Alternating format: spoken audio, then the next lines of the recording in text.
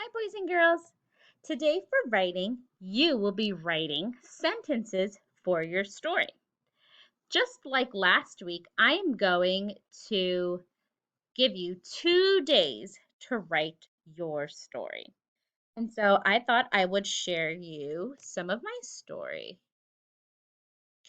One cloudy day, Marie and Diana were walking to school. They walked together every morning. They both enjoyed playing on the monkey bars and playing kickball in gym class. I'm so excited to play kickball. It's my favorite, exclaimed Marie. Diana replied, I love kicking it over everyone's head. As Marie and Diana were walking, it started to rain a little. Diana took out her umbrella and shared it with Marie. Then suddenly a strong gust of wind came and blew the umbrella out of Diana's hands. Oh no, we're going to get soaked by the time we get to school, Marie screamed. It started to rain even harder.